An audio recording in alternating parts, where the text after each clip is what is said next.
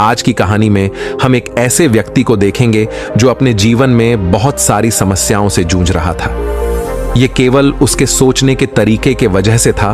उसे लगता था कि मानव जीवन बहुत कष्टदायक है। वो सोचता था कि पशुओं का जीवन इंसानों से बेहतर है क्योंकि उन्हें इतनी समस्याएं झेलनी नहीं पड़ती। हम इंसानों को सदा चिंताएं सताती रहती है, जबकि पशु पक्षी आनंद से जीवन जीते हैं। तो आइए जानते हैं उसकी सोच बुद्ध ने कैसे बदली और कैसे वह जान गया कि मनुष्य का जीवन ही सबसे कीमती है।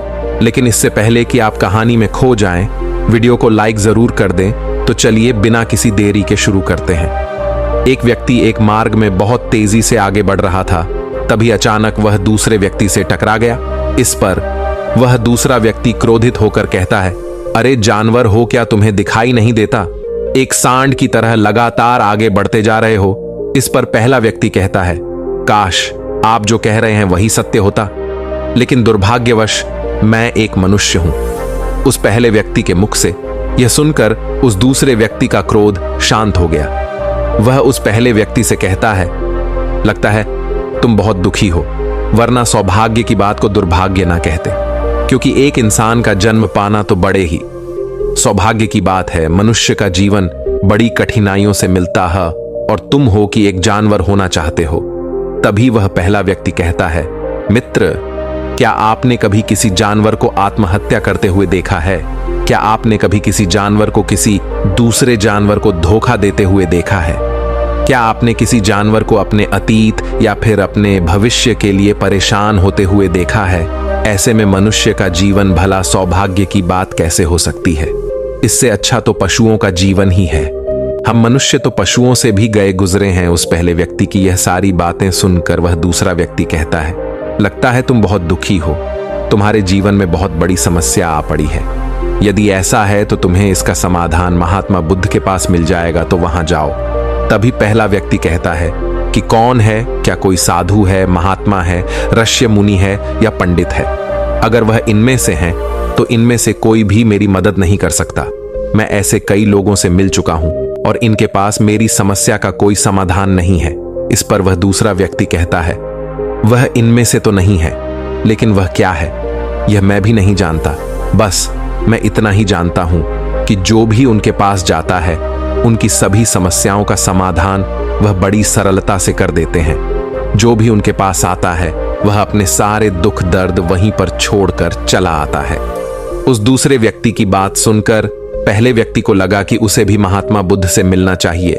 उसने उस दूसरे व्यक्ति से कहा, ठीक है भाई, अगर तुम कहते हो तो मैं एक बार उनसे भी मिल लेता हूं, उन्हें भी देख लेता हूं कि आखिर ऐसी क्या बात है जो लोगों की समस्याओं का समाधान बड़ी सरलता से कर देते हैं। इतना कह वह व्यक्ति अगले ही दिन महात्मा बुद्ध से मिलने के लिए निकल पड़ता है। लगातार 3 दिन की यात्रा करने के बाद आखिरकार वह महात्मा बुद्ध के पास जा पहुंचा।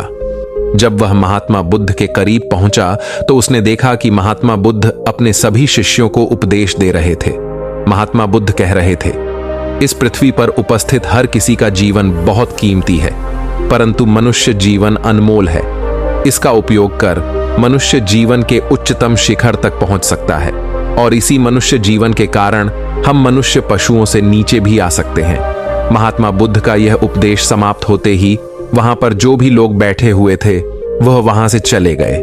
तभी वह व्यक्ति महात्मा बुद्ध के करीब पहुंचा और वह महात्मा बुद्ध को प्रणाम करके कहता है, हे बुद्ध, आप कहते हैं कि हम मनुष्य का जीवन अनमोल है। आखिर हम मनुष्य के जीवन में ऐसी क्या बात है? हम मनुष्य के जीवन में कीमती जैसा क्या है? हम चिंता करते हैं, परेशान रहते हैं, हम अपने भविष्य के लिए हमेशा चिंतित रहते। ऐसे ही हजारों प्रकार की समस्याएं हम मनुष्य के जीवन में चलती रहती हैं।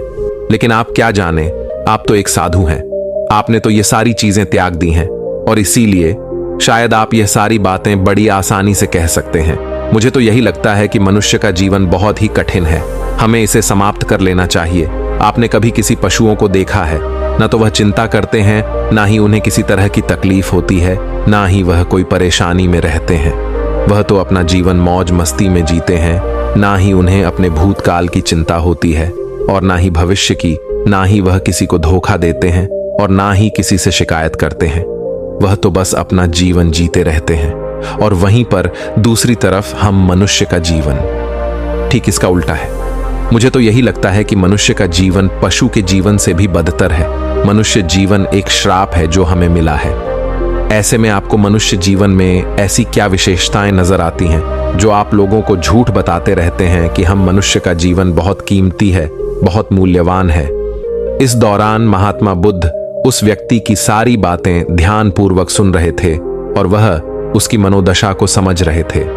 आखिर में महात्मा बुद्ध मुस्कुराते हुए उस व्यक्ति से कहते हैं, भंते तुम अपने जीवन के संघर्षों से भाग रहे हो। यदि तुम संघर्ष करोगे ही नहीं तो जीवन सफल कैसे बनेगा? और जब हम संघर्षों से भागते हैं तो हमारा जीवन दूसरों के अधीन हो जाता है और फिर हमें दूसरों के अनुसार ही चलना पड़ता है। इसलिए हमें अपने जीवन के लिए संघर्ष तो करना ही पड़ता है। महात्मा बुद्ध के मुख से यह सुनकर वह व्यक्ति बहुत अचरज में पड़ गया। उसने तुरंत ही महात्मा बुद्ध को प्रणाम किया, उनके चरणों में जा गिरा और उनसे कहने लगा, हे बुद्ध, आपको कैसे पता चला कि मैं अपने जीवन में संघर्षों से भाग रहा हूं, उनसे बचना चाहता हूं? मेरे जीवन में जब भी कोई समस्या खड़ी होती है तो मैं उसका सामना नहीं कर पाता, बल्कि मैं उसे छोड़कर भाग जाना चाहता हूं।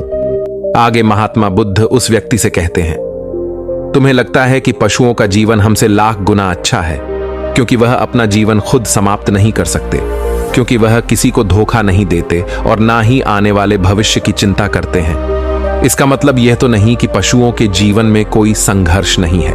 पशुओं के जीवन में तो जन्म से लेकर मृत्यु तक संघर्ष ही होता है। जब वह छोटे होते हैं तो उनकी जान को खतरा होता है। वे अपनी जान बचाने के लिए संघर्ष करते हैं।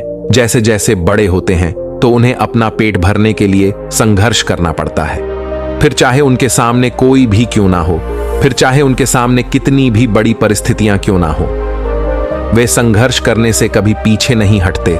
लेकिन हम मनुष्य छोटे छोटे संघर्षों से डर जाते हैं। अगर हम उन पशुओं की तरह अपने जीवन में संघर्ष करने लगे तो मनुष्य का जीवन अपने आप ही सफल हो जाएगा। इतना संघर्ष अगर एक मनुष्य अपने जीवन में कर ले तो वह जो चाहता है वह कर सकता, उसे पा सकता है। और जबकि इतना संघर्ष करने के बाद भी वह पशु अपने जीवन में कुछ भी नहीं कर पाता। भंते वास्तविकता तो यही है कि बिना संघर्ष के कोई जीवन है ही नहीं। बिना संघर्ष के हमारा जीवन चल ही नहीं सकता। फिर चाहे कोई राजा हो या भिखारी, सबके जीवन में संघर्ष तो है ही।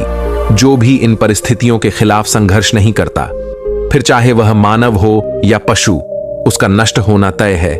इस पर वह व्यक्ति कहता है, हे बुद्ध, क्या आप मुझे कोई ऐसी चीज दे सकते हैं जिससे मेरे जीवन के सारे संघर्ष हमेशा हमेशा के लिए मुझसे दूर हो जाएं? मेरी सारी चिंताएं, सारी समस्याएं, सारी परेशानियां हमेशा हमेशा के लिए खत्म हो जाएं और मेरा जीवन हमेशा हमेशा के लिए सुखमय बन जाए। उस व्यक्ति की यह बात सुनकर महात्मा बुद्ध एक बार फिर से मुस्कुराने लगे और उस व्यक्ति से कहते हैं, भंते, मैं तुम्हें वह चीज तो नहीं दे सकता, लेकिन हां, मैं तुम्हें वहां तक पहुंचने का रास्ता जरूर बता सकता हूं।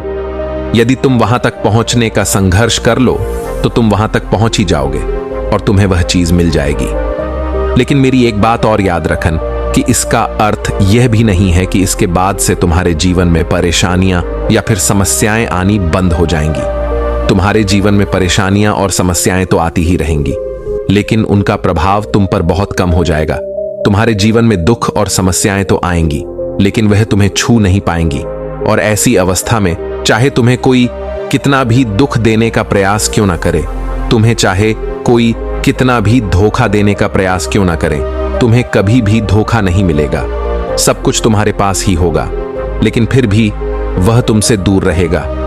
महात्मा बुद्ध की यह बात सुनकर व्यक्ति महात्मा बुद्ध के सामने दोनों हाथ जोड़कर महात्मा बुद्ध से कहता है, हे बुद्ध, बताइए वह चीज क्या है और मुझे कहां मिलेगी? मैं उस चीज को पाने के लिए कुछ भी कर सकता हूं। मैं अपना पूरा प्रयास लगा दूंगा, लेकिन उस चीज को हासिल करके ही दम लूंगा।